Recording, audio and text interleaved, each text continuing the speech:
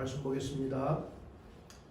골로새서 1장 28절 29절 2절 말씀. 당신이 가진 가치관은 무엇입니까? 제목으로 말씀을 나눌 텐데, 이 가치관이라는 걸 생각하면서 28절 29절 함께 동등합니다. 한 목소리로 크게 시작. 우리가 그를 전파하여 각 사람을 권하고 모든 지혜로 각 사람을 가르치면 각 사람을 그리스도 안에서 완전한 자로 세우려 하느니, 이를 위하여 나도 내 속에서 능력으로 역사하시기에 역사를 따라 힘을 다하여 수고하노라. 아멘. 제가 한 번 더 28절 29절 다시 한번 동등해 보겠습니다. 우리가 그를 전파하여 각 사람을 권하고 모든 지혜로 각 사람을 가르치는 것은 각 사람을 그리스도 안에서 완전한 자로 세우려 합니다.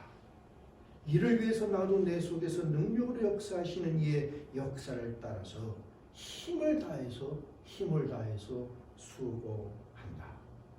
이 말씀을 기억할 수 있기를 바라고 주님의 성령 전합시다.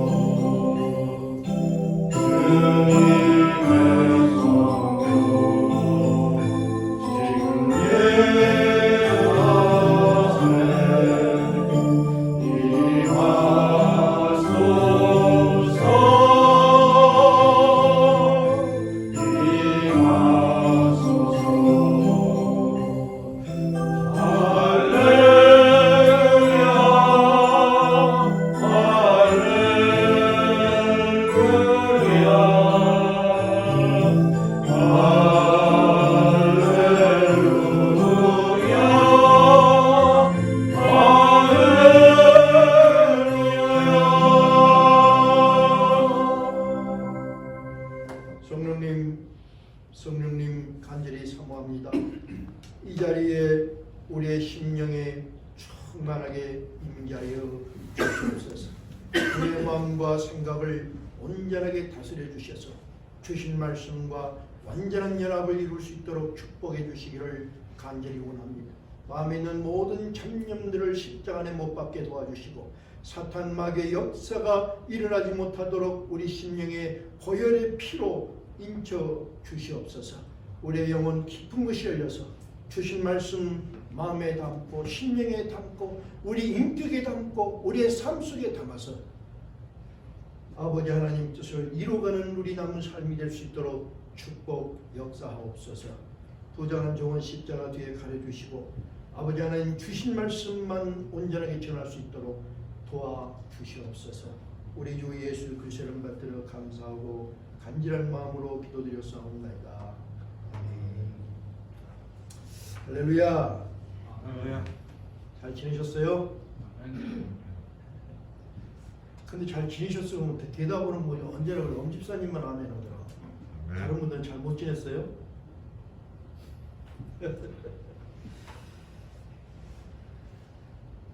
한 주간 동안에 여러 가지 생각을 하면서 여러분에게 질문을 해보려고 해요. 먼저 여러분이나 저나 우리 인생에서 성공할 수 있기를 바랍니다. 성공된 인생을 갖길 바랍니다. 그런데 성공된 인생을 갖기 위해서 가장 가치를 둬야 할 것이 무엇일까요? 건강, 명예, 물질 여러 가지가 있겠지만 여러분은 뭐라고 생각합니까? 내 인생에 가장 성공된 인생을 살기 위해서 가장 집중하고 가장 가치를 둬야 할 것이 무엇일까? 저는 신앙생활이다 이렇게 생각합니다. 동의하시면 하면 다른 것을 찾아봐도 다른 답이 없어요. 신앙생활에 성공을 할 때 내 인생이 성공한다. 그러면 다시 한번 생각합니다. 그러면 신앙생활에 성공을 해야 되는데 신앙생활에 성공하기 위해서 가장 가치를 두어야 할 것은 무엇일까? 무엇일까요? 거기 또 답이 사랑, 전도, 기도, 말씀 공부 여러 가지 있겠죠. 신앙생활을 성공적으로 이끌기 위해서 우리가 집중해야 될 가치 무엇일까? 오늘 저는 그 가치를 제자 삼는 것, 내가 제자가 되고 제자 삼는 것이 신앙생활의 승패다. 이렇게 오늘 말을 해보고 싶습니다. 많은 사람들에게 지난주에도 여러 사람을 거의 다 미국 사람들을 만났지만 이야기를 해봤습니다. 당신은 교인입니까? 예수님의 제자입니까? 그럼 이게 어떤 열매를 지금 당신 손에 쥐고 있습니까? 교회를 열심히 나가는데 교회 나가서 가장 당신이 추구하는 건 뭡니까?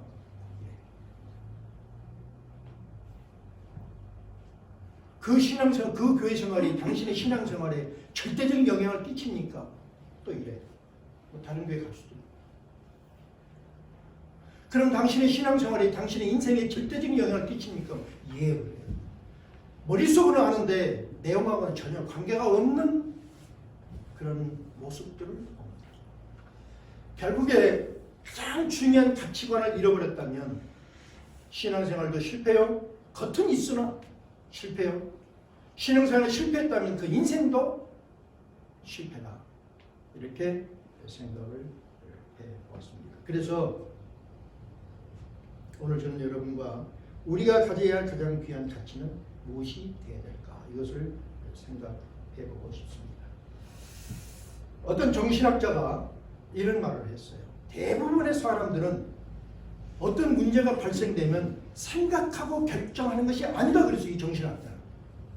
우리는 어떤 문제를 생각하고 결정하는 것 같은데 이 사람은 연구한 결과 뭐냐면 대부분의 사람들이 어떤 문제가 발생되면 생각하고 결정하는 것이 아니라 이미 자기 안에 경험된 것들이 입력이 돼 있어서 그 경험된 것들에 의해서 자동으로 반응한다.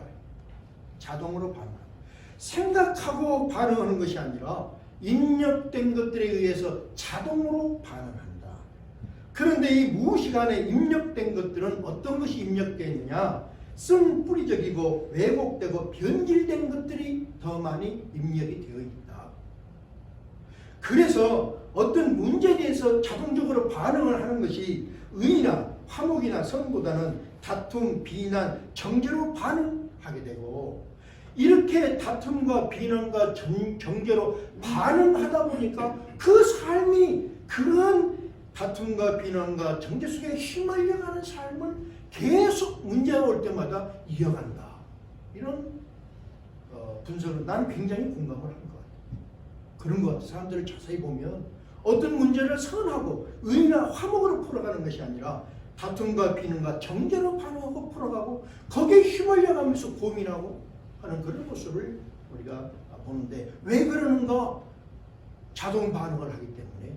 왜 그런 자동 반응을 하는가? 그런 많은 것들이 쌓여 있기 때문에. 그러니까 네 마음속에 있는 가치관의 중심이 잘 안 돼 있기 때문에 그렇다.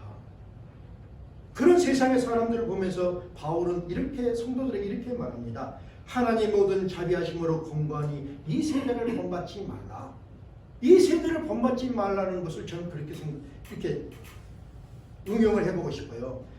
지금 마음속에 가지고 있는 쓴뿌리적 왜곡 변질된 것으로 자동 반응하는 그런 세속적인 삶을 세상적인 삶을 살지 말고 오직 마음을 새롭게 함으로 변화를 받아서 마음을 새롭게 마음에 지금 입력된 것을 다 빼버리고 새롭게 해서 변화를 받아서 하나님의 온전한 뜻이 무엇인지 분별하는 무엇이 선이고 무엇이 의인지를 분별하고 거기에 대한 반응을 한다면 우리의 삶이 아름다운 삶이 될 것이다. 이렇게 바울은 성도들에게 권면했습니다.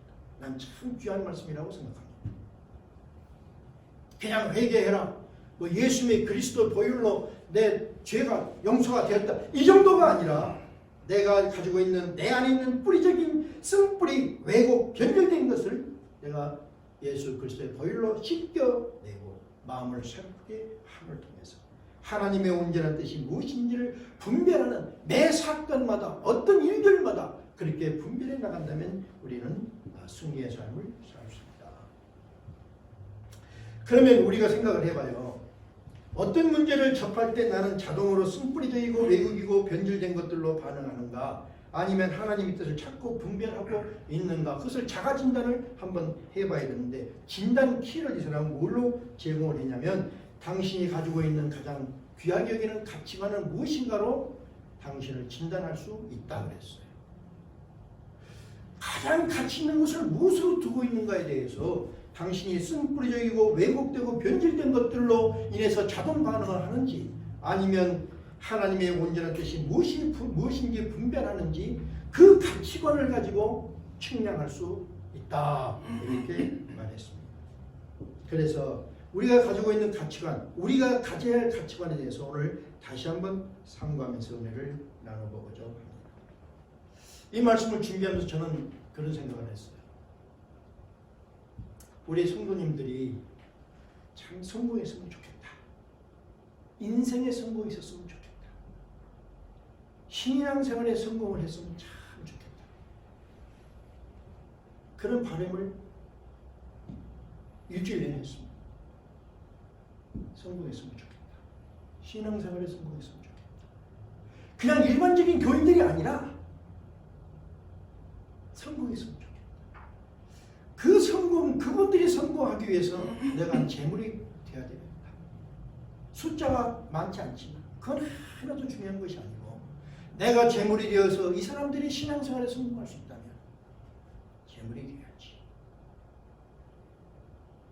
그거를 뭐라고 말하냐면 제자 훈련이라고 해요. 제자 사역. 많은 사람이 제자 사역인 것을 너무 많이 알고 있지만 오늘 이것을 조금 자세히 생각을 해보려고 합니다. 가치관. 이 가치관은 자꾸 변해요. 그런데 내가 가지고 있는 절대적으로 변하지 않는 가치관이 어떤 것이 되어야 될까 생각을 해요. 그렇게 가치관 나를 평가하는데 내가 가지고 있는 절대적인 가치관은 무엇이 되어야 될까? 어저께 어떤 신문에서 보니까 중국 어느 성에서 100년이 넘은 동상이 철거됐답니다. 근데 100년 동안 있었던 동상은 어떤 동상이냐면 젊은 여인이 젖을 한쪽에 내놓고 젖을 먹이는데 젖을 빠는 사람이 누구냐면 어떤 할머니가 젖을 빨고 있는 그런 동상이에요. 그 내용은 뭐냐면은 이빨이 다 빠져서 밥을 먹지 못하는 시어머니를 위해서 며느리가 자기 젖으로 시어머니를 봉양하는 것을 모두가 본받아야 할 효로 높이 평가를 하고 본을 받으라는 의미로 효부 동상을 만들어서 세웠고 100년이 지났습니다. 그러니까 지난 100년 동안 모두가 정말 참 효다, 우리가 본받아야 된다, 그렇게 100년 동안 생각을 해요. 그게 가치관이에요. 그런데 그런 효는 본받지 않겠다는 여론이 강해지자 효부 동상을 철거하게 되었다고 합니다. 그래서 100년 만에 가치관이 바뀌었어요. 우리는 그런 효와 못하겠다. 요즘 며느리들이 시어머니 내가 젖을 먹이고 키워, 아이고 나 그거 못해, 그런 효 못해.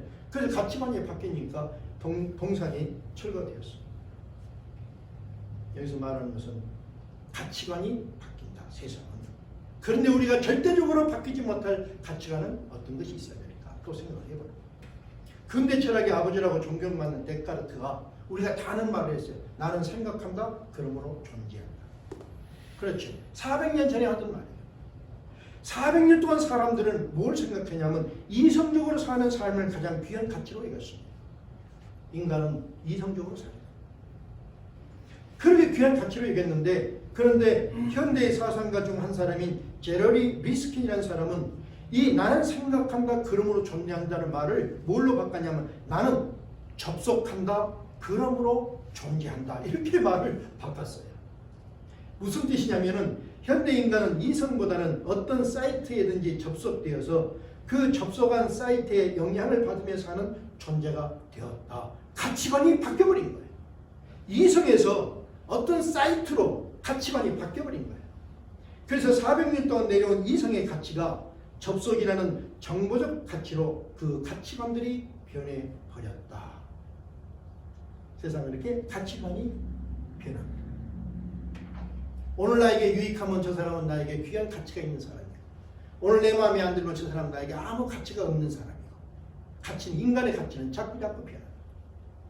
그런데 이 많은 가치관이 변하지 않는 것은 어디냐? 오직 종교적인 신념 안에 있는 가치관만은 수백 년, 수천 년을 가도 변하지 않았다. 그래서 종교적인 신념, 종교적인 가치관은 굉장히 중요한 것이다. 두 가지만 한번 예를 들어보면, 불교인들은 수천 년 동안 속세의 번뇌를 벗어나 무상을 이루면서 열반하는 것을 최고의 가치로 삼고 이를 위해서 지금도 고행을 합니다. 그것을 최고의 가치로 여겼어요. 무상, 무념, 그렇게 해서 열반, 이것이 최고의, 수천 년 동안 변하지 않는 가치였어요. 옳고 그름을 떠나서. 무슬림들은 우리가 아는 것처럼 수천 년 동안 신을 위해서 자기 목숨을 희생하는 것을 최고의 가치로 삼고 오늘도 성전을 외치면서 테러를 하고 자폭을 합니다. 옳고 그름을 떠나서 자기들이 생각하는 최고의 가치관, 변하지 않는 그런 가치관을 그들은 가졌습니다. 그럼 우리 생각해봐요. 예수를 믿는 우리들의 삶 속에, 우리의 신앙생활 속에서 가장 중요히 여기는 가치관은 무엇이 되어야 할까? 무속인들, 무슬림들, 불교인들도 다 그 가치를 가지고 사는데, 다 그 가치를 가지고 종교생활을 하는데, 우리가 예수를 믿는 우리가 가져야 할 가치관은 무엇인가? 이것을 알고 있지 못한다면 그 종교는 무엇이냐? 가장 우리가 귀히 여기는 가치는 무엇이 되어야 될까? 사랑, 기도, 정도, 예배, 성경 공부, 교회, 이 모든 것 다 귀한 가치지만 이 모든 것을 다, 이 요소들을 다 포함하는 것이 무엇일까? 이것을 다 표현할 수 있는 것이 무엇일까? 그 가치는 어디에 있는 건가?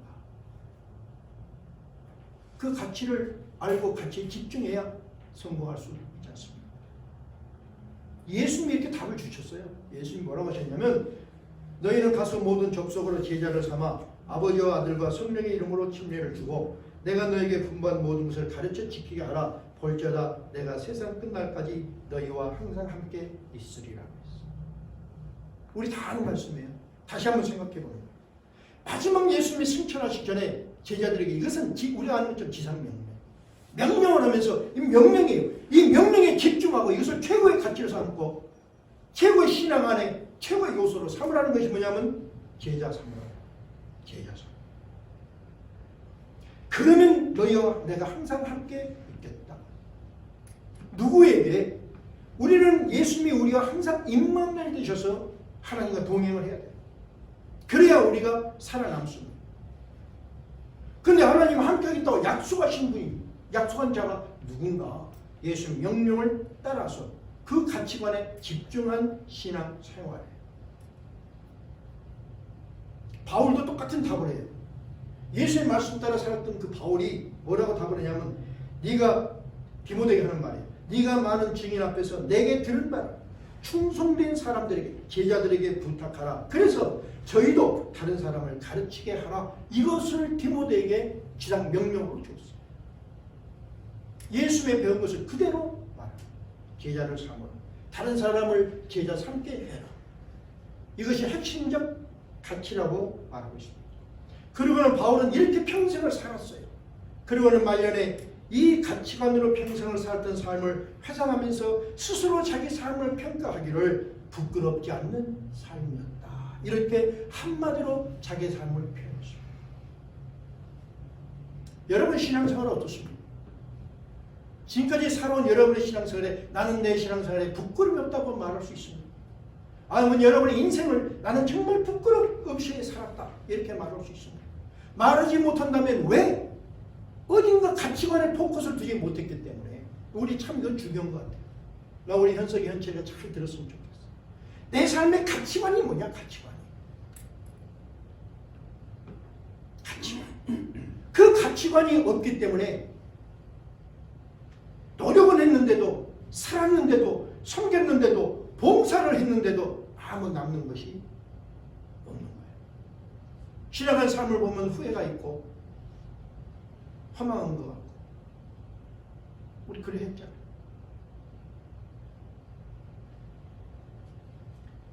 나는 부끄럽지 않는 삶을 살았다. 나는 돌아보니까 내 삶이 부끄럽지 않았다. 여러분과 제가 이런 고백이 있길 바랍니다. 아멘. 여러분은 아직 심각하게 느끼지 못하는 것 같은데 이제 점점 심각하게 느껴져야 됩니다.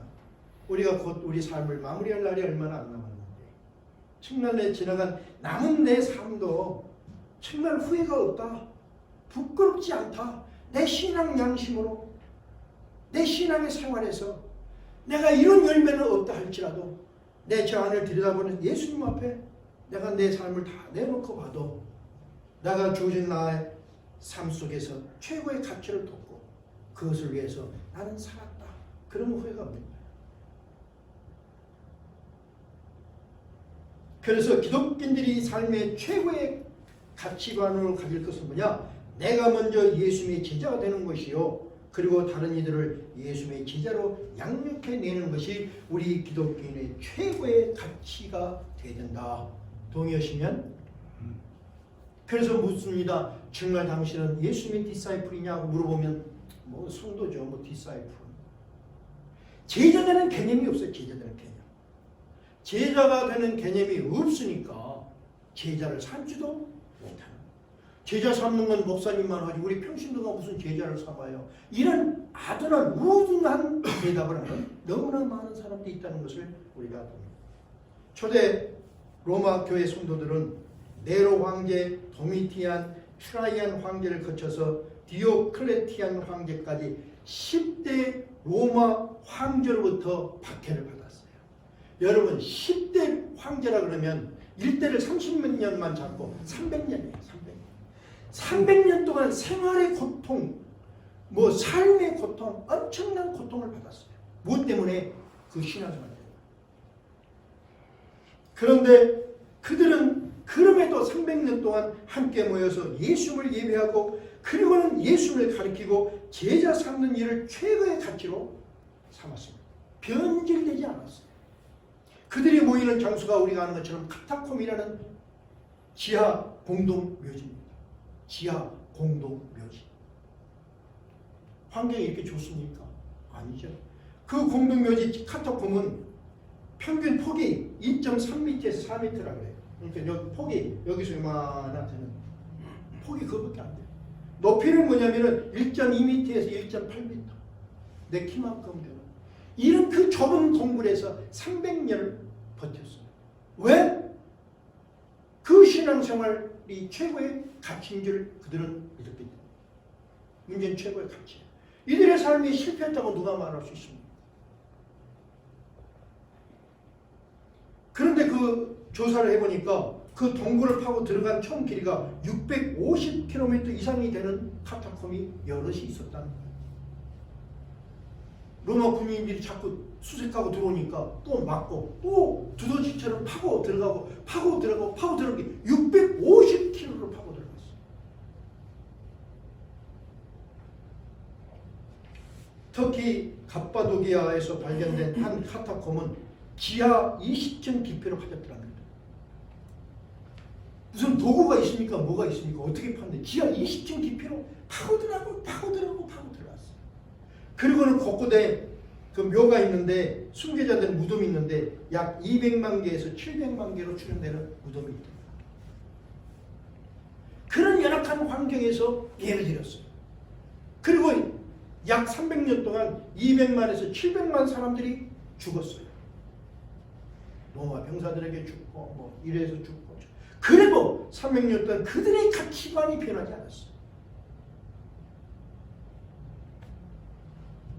초대 로마 교회 성도들은 너희는 가서 모든 족속으로 제자를 삼아 아버지와 아들과 성령의 이름으로 침례를 주고 내가 너에게 분받은 모든 것을 가르쳐서 지키게 하라. 이 예수님의 명령의 의미를 그들은 분명히 이해했고 삶의 최고의 가치로 받아들였고 신앙생활의 최고의 가치로 삼았던 사람들이었고 그렇게 살았던 사람들이었습니다. 예수님의 지상 명령 우리 다시 한번 봅시다. 보면 4가지 동사로 되어 있어요. 가라, 제자 삼으라, 침례를 주라, 가르치라. 이건 명령이에요. 명령. 동사입니다. 그런데 이 4가지 명령적인 동사가 있는데 주 동사는 뭐냐면 제자 삼으라예요. 그러니까 이 제자 삼으라고 다른 세 동사는 주 명령 동사를 수식하는 분사들이에요. 제자를 삶기 위해서 가고 제자를 삶기 위해서 침례를 주고 제자를 삶기 위해서 가르치는 거예요. 목적은 뭐냐? 제자 삼는 거예요. 제자 삼는 거. 이것은 목회자만 무슨 지도자만 한 것이 아니라 예수 믿는 모든 자들에게 예수님이 명령하신 말씀이에요. 그러므로 예수님이 지상명령의 핵심이 되고 우리의 신앙생활의 최고의 가치가 되는 것은 뭐냐면 내가 제자가 되는 거예요. 제자 삼으라 그랬는데 내가 제자가 안 되면 제자를 삼을 수가 있는 거예요. 내가 예수님의 제자가 돼야 되는 거예요. 여러분 여기서 한번 우리 해봅시다. 나는 예수님의 제자입니다. 그럼 손 한번 들어봅시다. 할렐루야. 반수밖에 안 되네요. 자각의식. 나는 예수님의 제자. 저는 가끔 그런 요즘 기도하면서 그래요. 요즘 교회 와서 맨날 기도하면 뭘 예수 나의 왕이 내 마음에 오셔서 나를 다스리소서. 나를 다스릴 분이 예수고 내 길을 인도하신 분이 예수고 예수가 나의 정보. 나를 죽여셔도 좋고 사용하셔도 좋고 whatever. 예수 나의 왕이요. 나를 다스리소서. 어떤 길로 가도 무엇을 하도 내가 원하는 것이 건데 주님이 원하시면 열어주시고 아니면 닫아주시고 예수 나의 왕이에요. 그렇잖아요. 나는 예수님의 종, 나는 예수님의 사람, 내 생명의 주는 예수님. 이 관계가 분명히 돼야 되는 거 아니에요.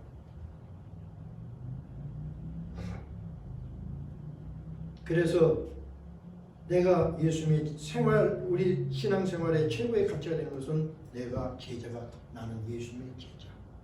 그리고는 나만 예수님의 제자가 되는 것이 아니라 내가 다른 일을 예수님의 제자로 세우는데 힘과 노력을 다하는 것이 교회 생활이다. 동의하시면? 나는 제일 답답한 것이 교회까지 와가지고 서로 인사도 않고 그냥 번쩍만 찾고 무슨 대화도 시원치 않고 눈을 보면 알잖아요. 서로 깊은 교제가 오고 가는지. 나 그 사람들 보면은 참 답답한 거야. 교회를 못 들어오는 거. 저 마음속에 십자가가 있나 없나.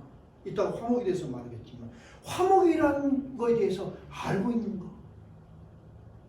너무너무 안타까운 모습을 보면 그때는 막 가슴이 막 찢어지게 아파요.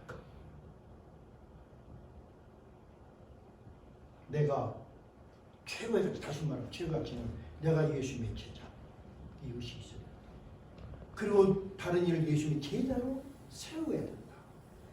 이것이 우리 신앙생활의 핵심이 되고 교회생활의 핵심이 되고 내 인생의 삶 속에서 가장 중요한 핵심이 되어야 된다. 성경에서 기록된 제자는 세상에서 이해하는 제자와 다른 것입니다. 바울은 그의 제자 디모데에게 뭐라고 했냐면 내가 너를 낳았다고 했어. 내가 너를 낳았다. 낳았다는 의미는 뭡니까? 출생과 양육과 훈련을 통한 생명적 연결이요 평생적 관계를 의미하는 것입니다. 그래서 바울은 제자 디모데를 내가 너를 낳았다 그 말은 디모데는 생명적 관계를 나와 생명적 관계를 맺은 자요 그리고 평생을 동행할 동반자라 이렇게 표현한 것입니다. 사랑하는 성도 여러분, 우리는 우리 서로가 생명적 관계요 평생을 동행할 동반자인 것을 믿습니다. 믿으십니까? 이것이 이루어져야 돼요. 아무 때나 교회 왔다 마음 그냥 상하면 내 다른 교회 가고 아무 가도 거기도 성도고 여기도 성도고 거기도 예수님 믿고 여기도 예수님 믿는데 그게 아니잖아요. 근데 바울은 이렇게 말해요. 이런 생명적 관계를 맺고 평생을 동행할 동반자로 삼는 제자 삼는 이 제자 삼기 위해서 그는 어떻게 노력을 했느냐. 그런 말하기를 내가 예수님을 전파했고 예수님의 길을 그들에게 권면했고 예수님의 말씀을 가르쳤는데 툴은 뭐냐면 전파하고 권면하고 가르치는 거예요. 전파하고 권면하고 가르쳤는데 어떻게 했냐면 내 속에서 능력으로 역사하시는 성령의 역사심을 따라서 힘을 다해서 수고했다 그랬어요. 힘을 다해서 수고했다. 힘을 다해서 수고한 그 목표가 뭐냐면 제자들이 하나님 앞에 완전한 자로 서게 하는 것이 목표였어요. 그냥 사귐이 아니라 내가 사귀는 저 사람이 하나님 앞에 완전한 자로 서게 하는데 내가 봉사하고 헌신하는 이런 관계를 맺었다. 이런 생명적인 관계, 그냥 템포러리가 아니라 평생 영원토록 함께할 그런 동지로 삼았다는 거예요. 고린도서 1장 22절에 이런 말씀이 있어요. 예수님께서는 그의 육체의 죽음으로 하나님과 화목하게 하사 너희를 거룩하고 흠없고 책망할 것이 없는 자로 하나님 앞에 세우고자 하셨다. 이 말씀을 우리가 잘 생각을 해야 됩니다. 예수님이 육체의 죽음으로 무엇을 이루냐면 하나님과 죄인을 화목하게 하셨다. 화목하게 하셨다. 그래서 이 화목을 가지고 화목을 이루신 예수님이 너희를 거룩하고 흠없고 책망할 것이 없는 자로 하나님 앞에 세우고자 하는 것이 뭐냐면 예수님이 이루신 그 화목이었다. 다시 말하면 거룩하고 흠없고 책망받지 않는 완전한 자로 하나님 앞에 세우는 방법은 뭐냐? 예수님의 육체의 죽음으로 하나님과 화목하게 하는 것이. 화목은 그러므로 화목은 죄와 허물을 온전히 우리를 온전하게 한다니까 무슨 완전자로 화목을 통해서 우리를 완전한 자로 만드는 것이 아니라 그 화목이 죄와 허물을 온전하게 가려주는 역할을 하는 거예요. 내가 죄와 허물이 많이 있지만 율법은 죄와 허물을 벗겨내지만 예수님이 이루시는 화목은 뭐냐면 그 죄와 허물을 완전하게 가려줘서 완전하게 가려서 하나님의 책망을 받지 않게 하는 거예요. 그러니까 바울이 정말 자기가 그 제자들이 하나님 앞에 완전한 자 서게 하기 위해서 애쓰고 힘썼다. 그 말은 뭐냐면 예수님의 보혈로 예수님의 대속의 십자가를 그들에게 심어주었어. 그 십자가가 가슴속에 살아남았어. 그 십자가로 말미암아 하나님과 화목하게 해서 그들의 죄와 허물들이 끝없이 죄를 지고 끝없이 허물을 만들어 갈 텐데 그것을 완전히 가려져서 하나님 앞에 온전하게 서게 하는 그런 수고와 노력을 했다. 이렇게 말하고 있습니다. 하나님이 예수님을 대속의 제물로 삼으신 목표가 이 화목, 리컨실리에이션. 하나님이 예수님을 대속의 제물로 삼으신 목표가 뭐냐면 목적이 뭐냐면 화목이에요. 예수님이 십자가 안으로 여러분을 부르신 목표도 하나님과의 화목, 리컨실리에이션. 우리가 복음을 전하고 제자를 세우는 목표도 뭐냐면 이 리컨실리에이션. 하나님과 화목하기 위해서. 그래서 우리가 제자를 삼고 제자로 세우고 노력하고 가르치고 설교하고 그들을 위해서 중보기도 하는 게 뭐냐면 하나님과 화목하게 하려.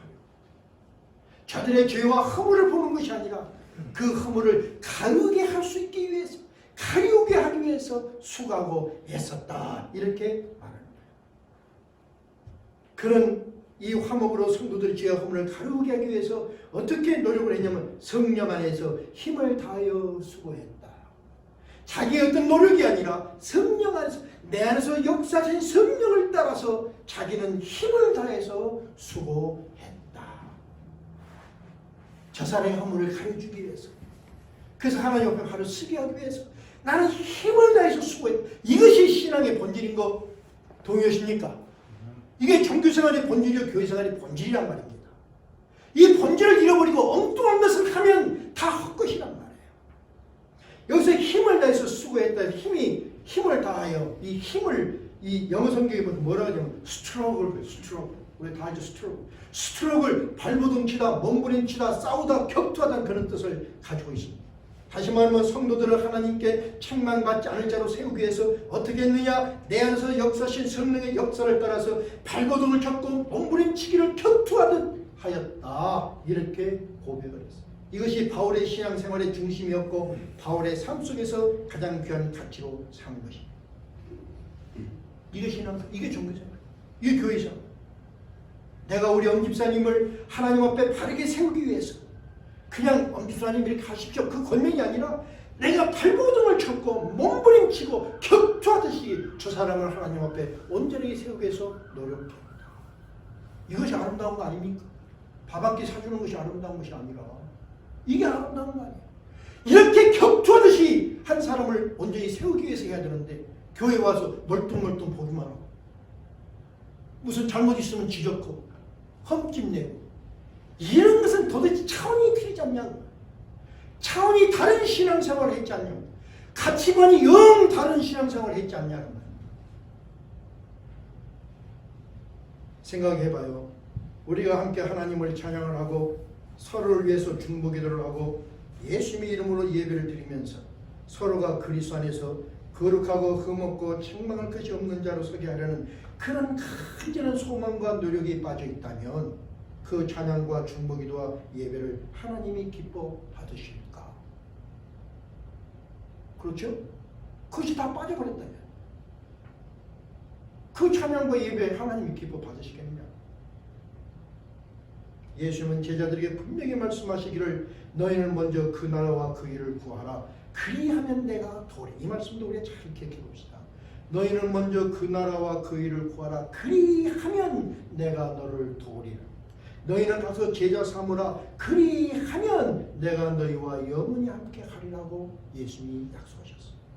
하나님의 사람들의 최고의 가치는 뭐냐면 하나님 나라와 의를 위해서 일하는 거예요. 동의하십니까? 우리가 세상 사람이 아니라 하나님의 사람이에요. 하나님의 사람들의 최고의 가치는 하나님 나라와 의를 위해서 일하는 것이요. 그 방법이 뭐냐면 제자 삼아서 화목하게 하는 거예요. 이 일을 하는 자, 이것을 이해하고 가치관을 삼는 자에게 약속하신 축복이 뭐냐면 내가 너를 도리라, 내가 너와 영원히 함께 하리라. 그런데 오늘날 잘못된 설교를 통해서 이런 동의, 이런 의식, 이런 가치관도 없는 이들에게 하나님 축복하십시오. 하나님은 당신과 함께합니다. 이거 다 거짓말이에요. 그런 마음 자체가 없는데 교회 나와도 성도를 봐도 그런 마음 자체가 없는데 그 사람에게 하나님이 축복이 할 것입니다. 하나님이 당신에게 뭐 동행할 것입니다. 임마대를 할 것입니다. 이거 다 거짓말, 사기 아닙니다.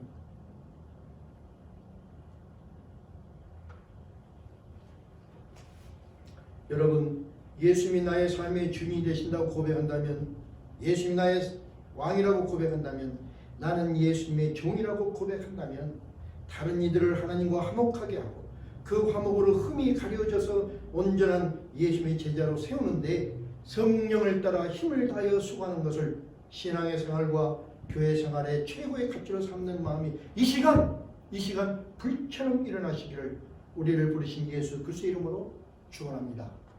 축원합니다. 정말 불처럼 일어나서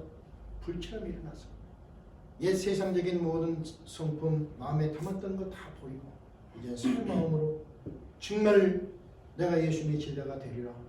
그리고 제자 삼는데 성령을 따라서 힘을 다하여 수고하리라. 이런 신앙의 삶을 살리라. 이런 신앙의 삶을 가지고 내 인생을 승리로 이끌리라. 이런 다짐이 있기를 다시 한번 축원합니다.